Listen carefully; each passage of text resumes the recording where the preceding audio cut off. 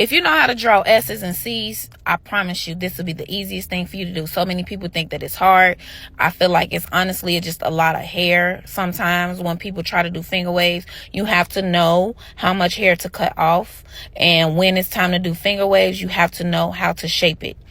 I am literally just drawing only C's in her head. Like C's. That's it. C's and S's. Don't y'all see it? I'm drawing it. I'm just drawing C's in her hair. It's not that bad. It really isn't.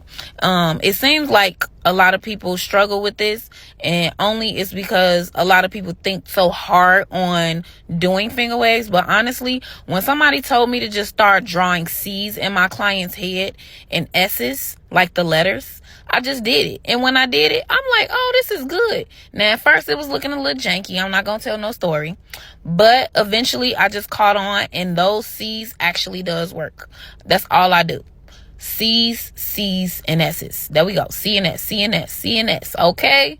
I love it. And there you go. Who would have thought 2 letters can make a fire hairstyle? Ooh, hoo, hoo. Okay? Them waves hot.